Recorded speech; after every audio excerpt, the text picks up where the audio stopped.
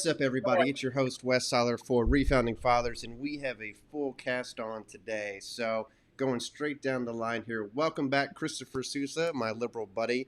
It's good to see you again. Man. How have you been?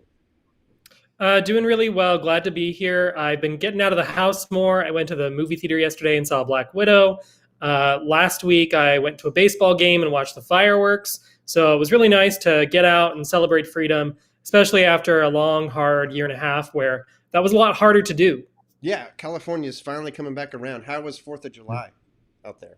It was a lot of fun. Yeah, as I said, I went to a baseball game, local Grizzly game here in Fresno, watched some fireworks and hung out with some friends. It was weird being in a crowd without a mask, but we were outdoors, of course. And, I felt kind of naked at first. I've been starting to go into stores that say, if you're vaccinated, you don't have to wear a mask. And I always like debate whether or not I can take it off. But it's been great. It's been great getting a little taste of that freedom, as I said. Good for you. Good for you. We've been doing that for a minute in Florida, so you're catching up finally.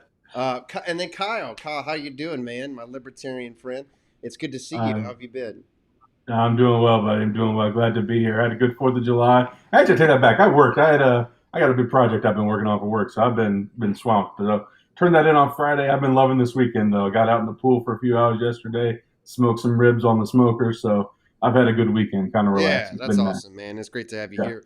And then Megan. So it's been a couple of weeks since we had Megan on the show, but we're thrilled to welcome her back. So Megan, catch us up. How has life been? How was 4th of July? How are things going? It was good.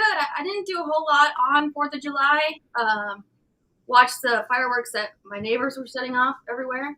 Yeah. But I was in Minneapolis for a couple weeks previously, so that was kind of my vacation, which is good. Yeah. We set off, man, it must have gone on for 3 hours, the amount of fireworks that we set off down here. I had a friend of mine who went up to Alabama, and he must have spent somewhere, I think he said over $900 on fireworks. He's been doing it for years, and we just all threw in together, and then we were setting those off. Apparently in Florida, and I didn't know this until this year, but when you buy fireworks in Florida, which is what I did, you have to sign a waiver, and it says that you were only using them to, protect your livestock in your farm. And it says that on every time you buy fireworks in Florida, you have to say, this is not for recreational use. It is to protect. It's a very un-Florida thing, man. What's that about? And everybody just signs, you don't even think about it. Or if I hurt myself. But it actually says that on there. So I looked it up because I didn't believe it, but that's actually the case. But my brother, who lives in Virginia, he's like, hey, don't get any fireworks? And I sent him back a picture of $900 worth of fireworks. And I was like, yeah, we got a few. So my kids loved it. It was a lot of fun. We shot them off right off the pier at my friend's house, and then he had to go snorkeling the next day to pick up all the trash. But it was an amazing show. So I hear you on the fireworks. It was fun. But it's great to get back to the show. It's like I said, it's been a few weeks. We took 4th of July off to be able to celebrate that freedom that Chris is talking about and is finally getting to experience again. But getting back into our show and picking up, we have so many different sections that we get into in the show now.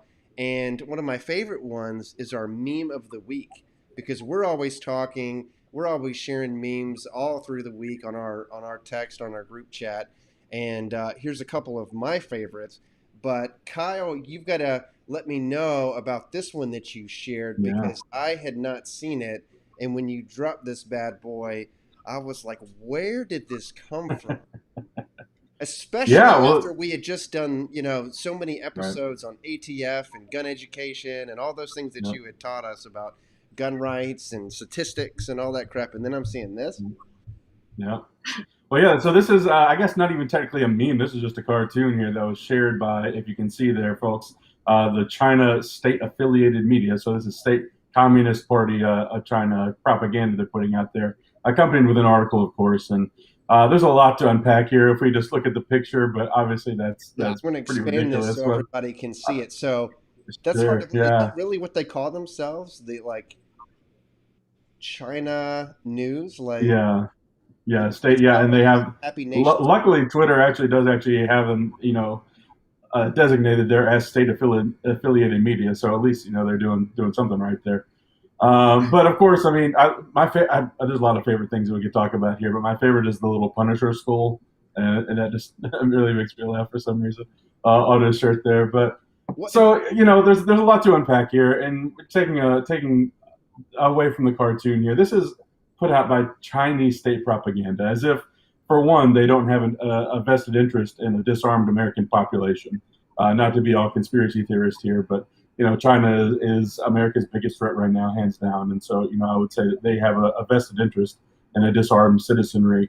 But even beyond that, this is China state-affiliated news, right? This is the same China that is actively committing genocide against a whole race of people, where they've interned over 1 million, killed many thousands of people so far. So listen, they can pander to the left here on gun rights or gun control all they want to here.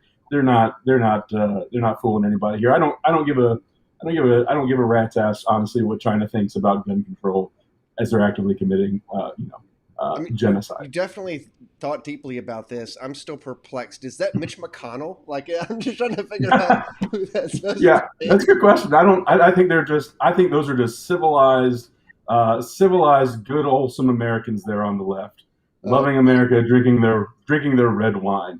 And then, of course, you have the gun nut there and holding the magazine, of course, not holding the handguard, but holding the magazine. Just a whole mess of a picture there. See, I see Mitch McConnell and maybe Barron Trump, who he's clicking glasses with. But what's interesting to me is that the shooter looks like he's coded as Antifa to me. Like, he doesn't look like a right-wing guy just based on the beanie. I don't know. It makes me kind of wish this were a Ben Garrison cartoon, because then we would have more labels and we'd be able to understand this on a little bit of a deeper level. But yeah, no, the CCP cannot meme. This is just a thing of beauty in how bad it is.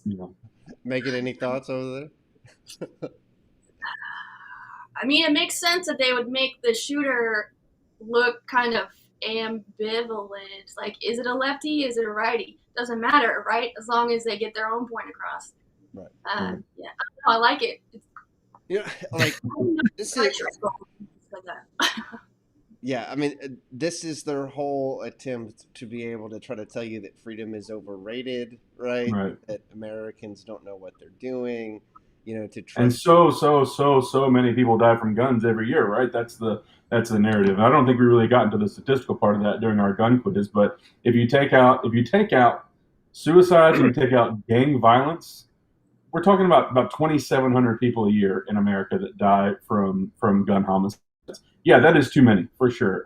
Admittedly, that's too many. But 2,700 in a population of 330 million, that is barely anything. More people die falling down the stairs. Exponentially more people die from blunt objects like hammers and wood being taken to the head than they do from guns. So this is just an insane meme on many levels. They didn't care about gun deaths during COVID, did they? So, yeah. I mean, to me, they've only gone up. It goes back to the difference between the social media narrative and the facts, right? And how increasingly social media is taking over. Obviously, not with trash like this, but there are far more deceptive and manipulative forms of messaging that are out there. And I guess that's kind of what we had talked about as we end kind of the gun debate and we move on towards our next one, is we talked about the actual tools that can affect your life, right? The danger today is the government going to, attack your home to the point that you're going to defend yourself with a firearm? Possible, I suppose, but very unlikely. But the actual tools go back to your phone, and we've seen that many times where there are firms as well as the government that is using your data, your privacy, your personal information, and selling that, right? Or keeping that in databases. And that really is something that scares me personally as a conservative, right? But as an American, as someone who loves freedom, and that's far more horrifying than what's depicted here. But getting to the truth of that, as well as the censorship piece of this, because this really is fascinating to me, is as we get into how does censorship work? To what extent should companies be allowed to censor their own people, especially in what is commonly considered the public space, right? Almost everyone has some type of social media life. And so, Megan, my question for you is, when you look at what's happened to Trump, because that really is a big part of this, is now he's, doing lawsuits against big tech, trying to get his profiles back. I mean, when he was cut off from Twitter, I mean, that was huge. I mean, that was such a big and important tool for him for years. So what are your thoughts on that? Do you think he's going to be successful and get his profiles back, or where do you see that going? I hope so. I don't really see why he shouldn't. Didn't he get blocked from Twitter when he was still the president? Like, that just kind of blew my mind in itself. Like, who is Twitter to say that the president of the United States can't say what he wants on an American public forum platform? Like, that made no sense to me. Right. So I'm glad he's doing it, and I hope he's successful. Actually. Yeah. Well, one of the things that Chris is going to talk about, and he came up with a game, which I think this is an amazing way to be able to introduce the topics. Is Chris has been talking to me and you guys all week about Section 230, which not being a lawyer myself, I was like, what is this guy talking about? But now starting to read the articles, I'm starting to catch up. But Chris, if you want to kind of preview that, and then we're going to get into a really fun game here pretty soon. Yeah, so speaking of President Trump, he kind of put this very obscure portion of the Communications Decency Act into the news when he was still president, when he was still on Twitter. And one of his tweets just said, repeal Section 230. And a lot of people suddenly wondered, what is that? Why is he angry about it? It was kind of an interesting shift for me to watch, because for about a year or two prior to that tweet, I had been seeing a lot of conservatives, a lot of Trump supporters using Section 230 as kind of a banner to unite around, to say, this is a good thing. And it actually is something that prevents social media from taking action against people like us, against people like Donald Trump. And it's actually a shield for us to help us avoid censorship on social media. Then suddenly the argument kind of shifted, and you saw Trump come out against Section 230. So I feel like there's a lot of misconceptions about what this law is, what it does to the internet, particularly to social media, but also to lots of other websites as well, because it does have a huge impact on free speech on the internet, but not in the way that most people think. So I'm excited to go through these questions with you and to see what you guys know about this law, what you can guess about the law, and what it actually does as far as our free speech rights on the internet, in so much as those actually exist. Yeah, and I think it's going to be a good setup for some debates for the next couple episodes. Eric just wrote in. He said, it's a private company, talking about Twitter. Until 5 minutes ago, conservative used to mean pro-business and allowing businesses to run their companies as they see fit and not have government intervention. So I think you're going to see that when we're talking about the legal aspects of that. So good comment there, Eric, and I think you're going to see that borne out. So the way this game is going to work is we've got a total of 6 questions. So Megan, we're going to give you the first question, and then Chris is going to read it and help me keep track of how many you get right. And then Kyle, you're going to get the second question, the fourth question, the last question, and we'll see who comes out on top, or if you guys end up tying. So without further ado, let's get into our Section 230 quiz. And the first question here is, go ahead, Chris. So Section 230 primarily allows websites to do which of the following? A, accept user-generated content like comments and replies. B, moderate and delete user-generated content at their discretion. C, avoid legal liability for user-generated content. Or D, be treated as the publisher of user-generated content. And if you're watching live, looks like we got about 5 or 6 folks that are watching live. Feel free to Google and help. We've got like a 5-second delay, so if I see your comment, I will post it right here for Megan, and you can stall. I'll give you a few seconds to stall if you don't know it, Megan, but by all means, if you know it, feel free. I think it's C. You want to go with C? Okay, final answer? Yeah. All right, let's take a look here. So she says C, avoid legal liability. And Josh Lewis from our Conservatism on Tap agrees with you. C. He's a smart guy. Let's take a look. Here we go. C is the correct answer. So good job, sir. Got one. So avoiding legal liability for user-generated content. And this makes sense. This kind of goes back to what Eric was saying about how, hey, let these businesses do it. They're not responsible, socially. If someone gets on there and they're posting horrible things, well, that's on that person, right? If somebody, it goes back to Kyle's argument where, if someone's using a gun for nefarious purposes, well, why should that ruin it? That being a small percentage for the rest of us. So interesting stuff there. Right, and arguably, Trump posted some things on social media that weren't necessarily easily verifiable. Claims about certain people, claims about, I think, a host of a Fox show getting a facelift. If Section 230 did not exist, not only could that person sue Trump for those comments, but they would be able to sue Twitter as well. Right. But, all right. Go ahead, Megan. If they have no liability, then why are they censoring people? That's my thing. Good question. All right. Moving on to our next one, though. This one's for Kyle. So go ahead, Chris. Section 230 prevents websites and their operators from being held legally responsible for user-generated content, even if they moderate user-generated content, regardless of how they choose to moderate that content, which kind of goes based on what Megan was just saying, actually. Like, why are they moderating if they don't have to? Is that true or is that false, Kyle? Let's see if I can talk this out as we wait for Josh Lewis to answer for me. I'm going to talk this out. Wait for Josh to answer. That guy's right about everything. Let's read the question here. Segment 230. I believe that is true. Yeah. We go with true? All right, let's take a look and we'll see. The answer is true. Good job. You got that one right there. Yeah, I mean, you kind of already covered the theme behind it, Chris. But yeah, so what are the standards of moderation? Like, is it anything that they want? Yes, essentially, yes. And that has been the argument that, if they start moderating, if they start censoring, well, then they become liable. But according to Section 230, that is not true. Right. Fascinating stuff. All right, so back over to Megan. Go ahead. Go ahead, Chris. Okay, Section 230 gives special protections to big tech companies like Facebook and Twitter that other companies do not have. I should say companies and websites. I think that's probably true. That's true.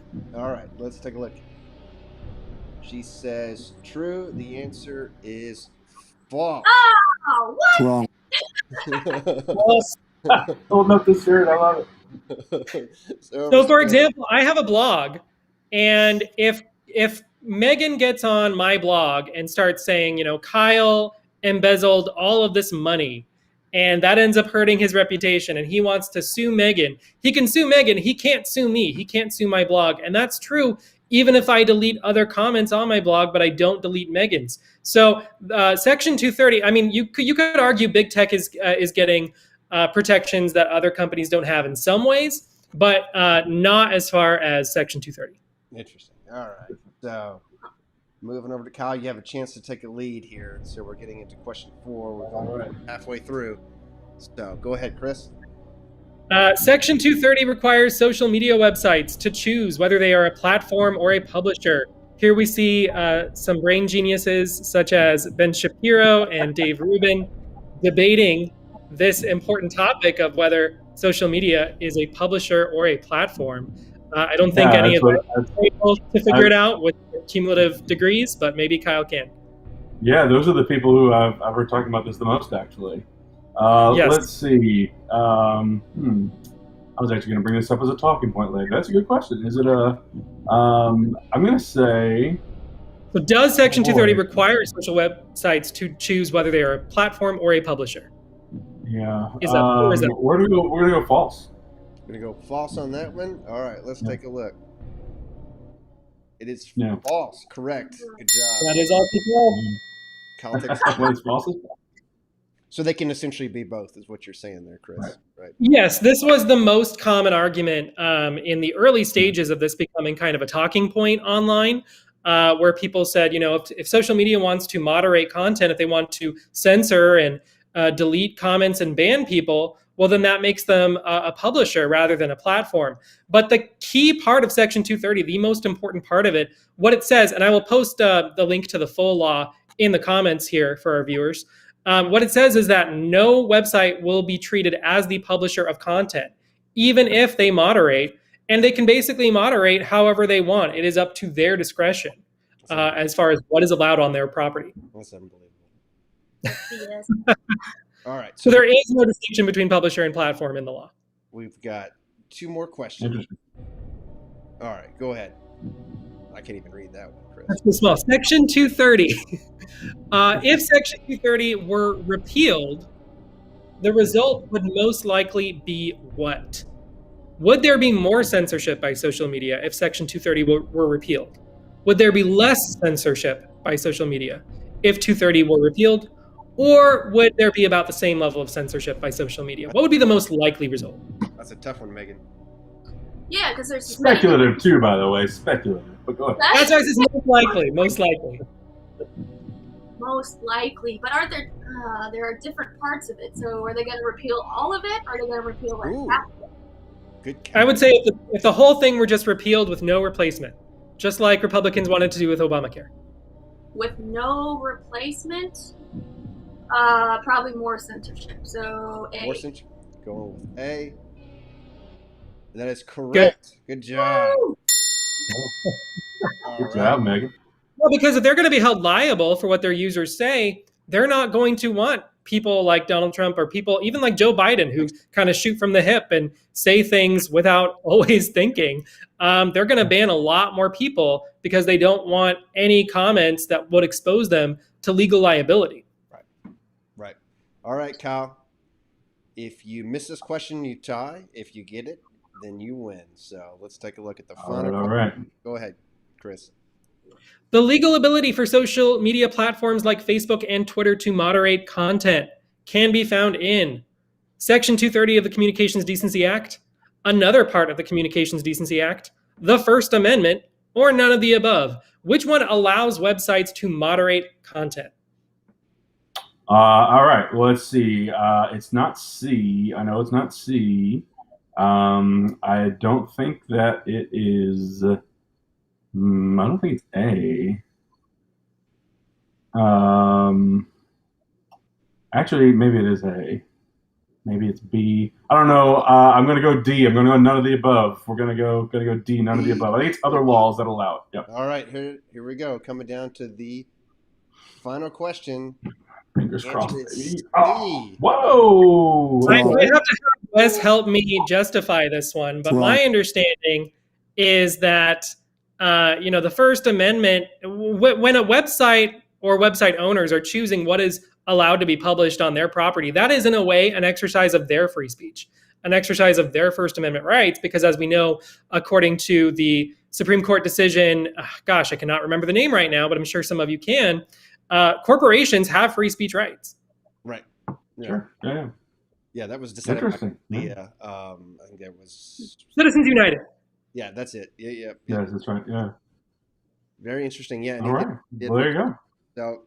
So nice job, you guys. You essentially, gave us a purview of so many different issues, and I was like constantly wanting to comment, but there's so many different things that you brought up that we get to kind of unpack over the next few days.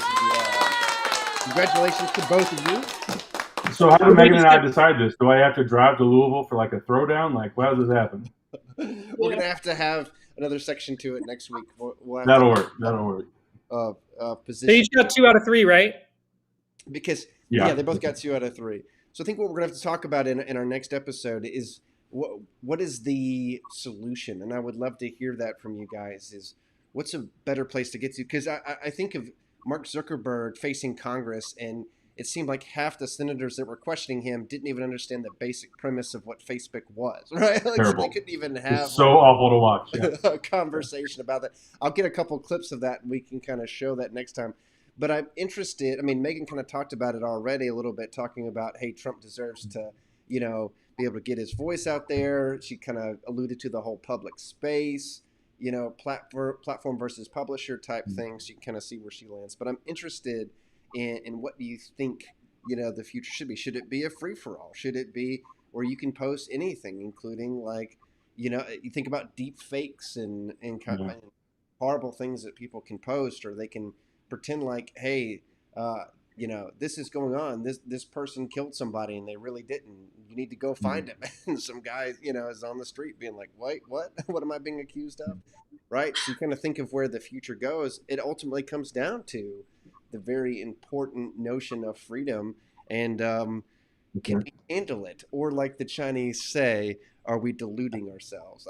So I'm going to leave you with that question. But thank you guys so much for playing and kind of opening up this issue, and I look forward to getting into some of those specifics. So Chris, Megan, Kyle, thank you so much for being on the show.